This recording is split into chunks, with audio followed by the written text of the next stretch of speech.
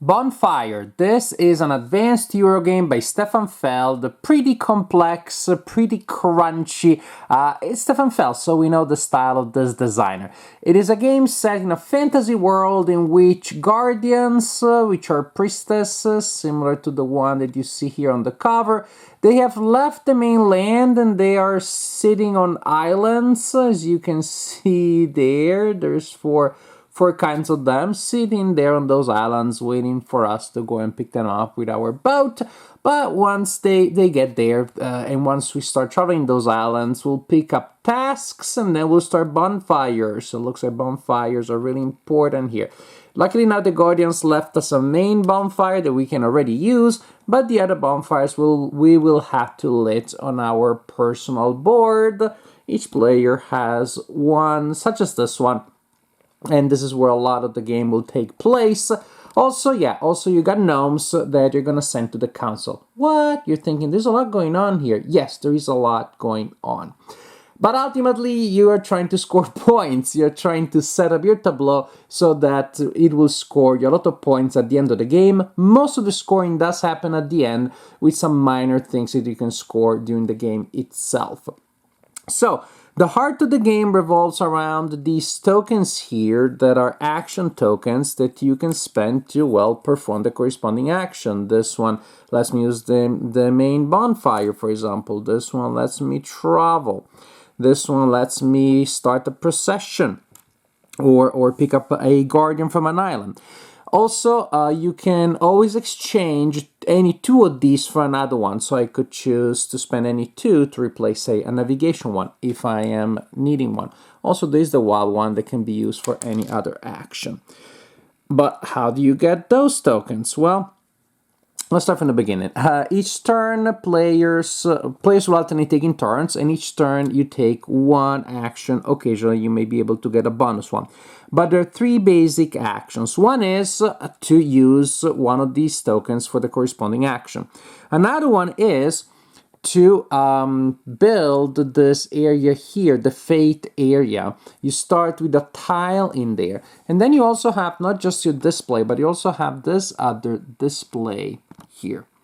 So when you want more tiles, you take the top or the bottom. When you want more action tokens, you take the top or bottom tile from there.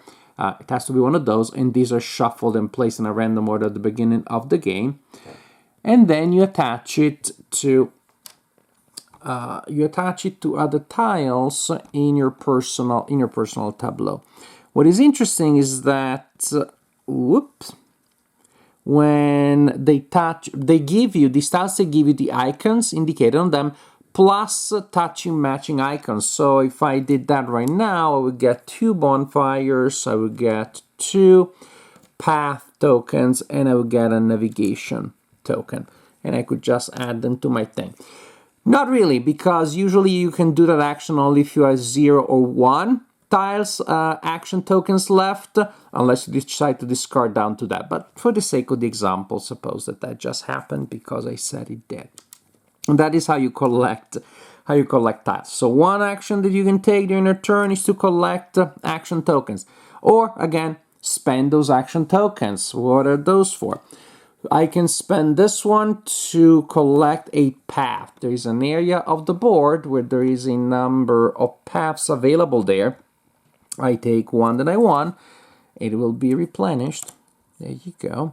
And then I add the path to my personal board, and paths are added from left to right in that order. You already start with a path indicated there. A guardian is sitting there waiting to start a procession, but that's how you resolve that action of collecting paths.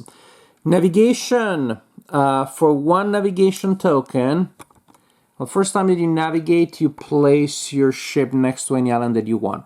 Then for one navigation token, you can go to an adjacent island as indicated by those connections there.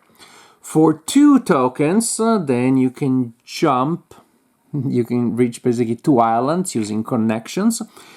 And for 3 tokens, you can go wherever the heck you want. When you land on an island, then you can also perform an action if you spend the corresponding token. You don't get it for free. It's good for the opportunity cost because you get to do two things, to travel and interact with the island, but you still have to spend things. If you use navigation to reach an island with a guardian that you don't have yet, then you spend this token and you collect the guardian, and the guardian goes on your board next to the guardian that I showed you earlier, the one you already have, in that area at the beginning of the path. If you go to an island there, with those tokens, those are task tokens. Basically, first you collect the task and then you turn it into a bonfire. You need to pay resources that are these lovely wooden, represented by these lovely wooden tokens here. You start with some, you collect more. And how many you spend, I can get a little convoluted. So for the sake of the example, I'll tell you, you're spending some resources and getting a task. And this is not a tutorial, so I don't have to go into too much detail of every possible rule. So navigate on the board there to collect guardians, so that, boop, go there at the beginning, and also that's what you do to collect those tasks. Other actions, you can, the procession, we'll talk about it later. The bonfire. The big bonfire here. The first time it is used in the game, you can set it, see the little arrow, you can set it facing wherever you want. After that, for one bonfire action token, you can move it by one clockwise and then interact with corresponding space. 2 tiles, 2 bonfire tiles, 2 clicks, 3 bonfire tiles. Wherever you want to place it. Once it is facing the space that you want, there are 3 possible advantages there, and you can choose 2. So you can choose to collect the action tile indicated there, you can choose to collect the resource indicated there, or the portal tile indicated there. Suppose that I placed it there, and I decide to take the mandrake, and I add it to my supply. And I also decide to take a portal token, which is right there. And then I can add it to my tableau. The portals go in these little slots in between paths and the main board. I don't know if you can see, but the actual slots where you place the portals are different shapes. So that one must go there. If I want to place a tile there, well, then I need to find the one with the corresponding shape. That's sort of like curve shape here, and it goes there. So yes, portals are actually added to your board from right to left, but the paths go from left to right, which is a pain in the neck, and I think it's supposed to be that way, so that it really is satisfying after you put in a lot of work and you add that enough paths that finally you have a path that is facing that also a portal, and maybe the path is even facing a task token. Yay! What other actions are left? This action here lets you get a gnome. There are 2 kinds of gnomes. That action looks like a card because the gnomes are on cards. These gnomes here with the yellow bottom, they give you ways of scoring right away. So when you pick them up, you have to score them based on that. Say, for example, this one gives you point for how many paths you have on your tableau. And these are the ones so will give you special abilities. And so that means probably you want to use them, you want to get them early on so you can use them for longer during the game. Now, I mentioned briefly earlier the procession. The procession is an action that you can take using this action tile here. So this one can be used for 2. Remember, pick up a guardian or do a procession or perform a procession. Suppose this is my situation. If I spend one of these, I can move any and all of my guardians by 1 space from left to right. If I spend 2, then my procession will be each can move by 2. And when they move, they will collect the resource of the space in which they land. So for example, if I did that right now, I'd be collecting a gold and a berry, which I add to my supply.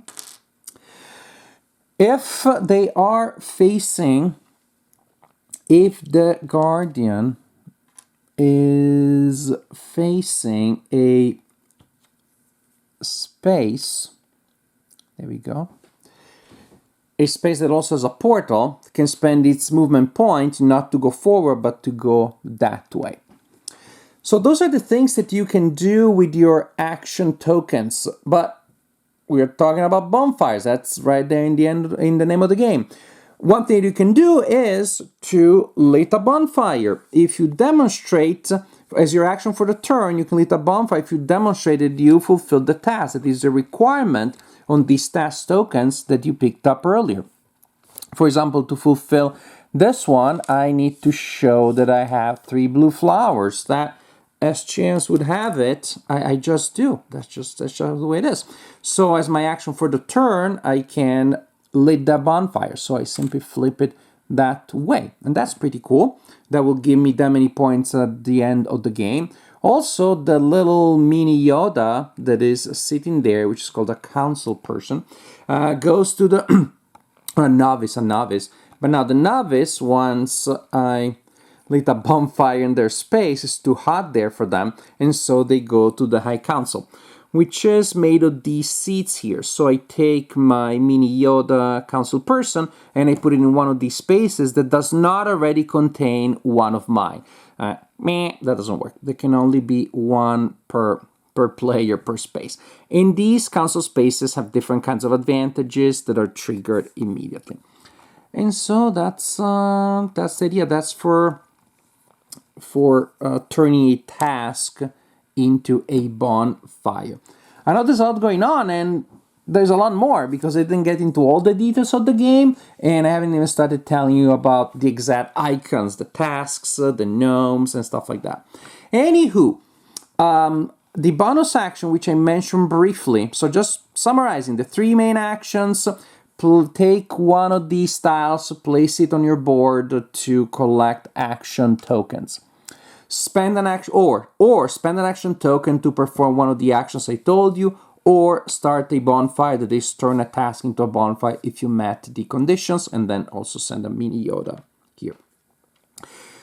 The bonus action that you may do on top of that is if you completed one of these tasks, they're called common tasks. If, for example, you have 5 guardians, which means you're starting one plus 1 of each of the 4 that are on the islands. Or if you collect 6 gnomes, or you have 7 paths, or you have 7 portals, or you have 7 tasks and or bonfires. If you demonstrated you completed one of those and you're the first person to do so, then you take one of these neutral council persons and you put it in the High Council, again simply collecting then the bonus of the space in which you put them. Again, there can only be 1 of each type per space. Oof. Now, the game is over when a certain number of gnomes, of novices, are in the council, and that number depends on the number of players. The more players, the more of these people need to be there to trigger the end of the game. When that is the case, you still have 5 more rounds with a countdown stack here. And after that, well, the game is over and we score victory points. During this phase, you can also choose to pass, during the countdown phase, to pass to score some points then. So you may have scored some points from these gnomes here, but ultimately most points will come at the end of the game for the way you set up your tableau. So your bonfires will score as many points as they are worth based on the number printed there. The guardians that are standing next to the bonfires will also give you points, and they're printed very, very tiny on that board. I'm not going to zoom in. They're very tiny, but let's just say that the points are higher, going from left to right. So if they traveled a lot before they reach a bonfire, then they're going to be worth a lot more points than if they got to a bonfire there. So that's how the guardians will give you points, standing next to bonfires. Portals will give you points, those little tiles, if they're adjacent to a bonfire. Path tiles, they will give you points if they're next to a matching tile, so the color of the portal is the same as the color of the bonfire. Then we look at the common tasks, remember the main board, and players who score points if they complete the common task. Only the first player gets the bonus of the neutral person, but everybody who completed them gets to score them at the end of the game. And then we get points if we still have tiles available. We get points for our remaining resources. And at the point, the player with the highest score wins the game. Bonfire is pretty demanding to teach and to learn, but once you get the idea, it really flows well because many of the turns are pretty quick. I buy a path and I put it there. I go to the island, I pay this and this tile, and I collect a guardian, etc., etc., etc. When somebody places a tile on their board to collect more action tokens, that may take a little longer, but they're taking their turn. They can collect them while somebody else goes because that doesn't influence their turn in any way. Still, I played the game with 2 players and I like it very much. And again, the turns are very fast, but there is a learning curve there. And I think with 3 or 4 players, if you're introducing new players, then you're going to have some analysis paralysis there. Because you do need to line up a lot of things, a lot of factors to be able to score. You need those paths, and you need those portals, and you need those guardians, and then you need to move them. And there are ways of doing that more efficiently than others, and of course, whoever figures that out wins, and so everybody will probably want to take their sweet time. On the plus side, you can definitely plan your turn ahead, because in many cases, the game feels like a multiplayer solo. The only effect of other people taking their turn, really, is if they collect some tasks, they collect some tokens there.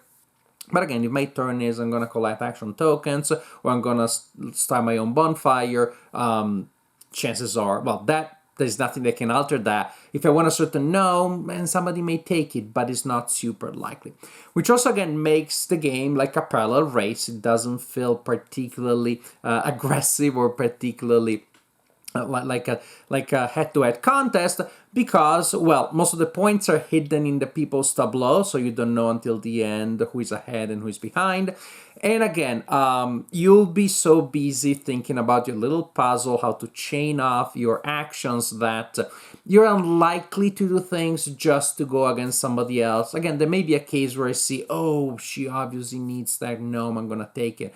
But only that also really gives you an advantage, because again, so many things need to be lined up for you to score, then to go out of the way just to remove something from somebody is probably not going to pay off in the long run.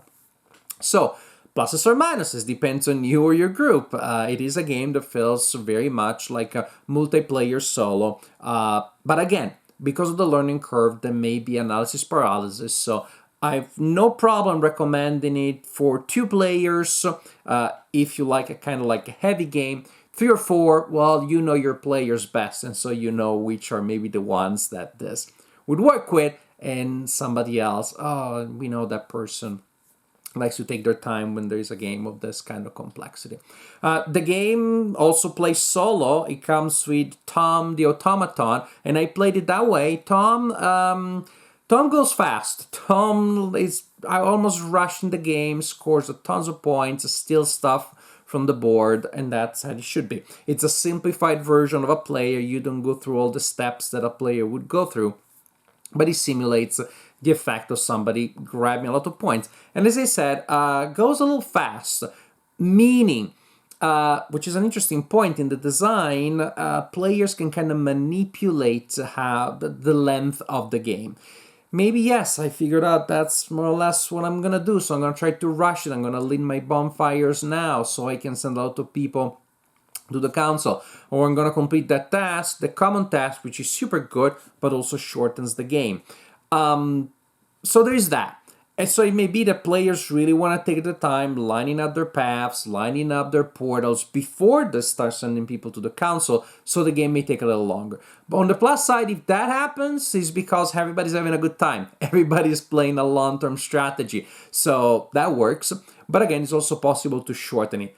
Tom the Automaton likes to go fast. There's a number of cards in Tom's deck. You reveal one every turn, and the longest possible game is 4 times 2 Tom's deck, so you know exactly what's the maximum number of turns, and you're not gonna be able to do something as elaborate and complex as possibly playing against humans who are all very ambitious. And somehow people are gonna play a game this complicated, chances are they're ambitious. They wanna go for some high scoring. So the length of the game is variable, but with automaton is gonna be short. And I guess that's okay. We just play that way, still better than not playing because your friends don't want to play something this complicated. And again, of course, the idea is that once you teach a game this complex to somebody and then there's a new friend, it's not going to be fun to play with a mix of new players and veteran players because then the new players are going to take a long time. But again, with a group that is familiar with the rules, this is a very satisfying game because once it starts moving, it goes fast. And again, you have to build it up. It takes work, but then finally getting that guardian all the way around on that path that you built in a certain way, matching the bonfires with portals, and then she reaches the bonfire. It's very satisfying. You won't be able to do it a million times in the game because it takes so long to do so. And again, bonfires shorten the game. But those times that you get some really high value combo, it's all worth it. So actions are small and short. You need a lot of them, but it works again because they're short and small, but they're very satisfying to pull off. And overall, you really feel that it's a game where your decisions, your strategy really matter because there is almost no luck. Some of the gnomes that come out randomly. And that's pretty much it. Everything else is up to you and your strategy. So Bonfire, not for everybody just because of the complexity, not for every game night just because I think it's better to play with veterans.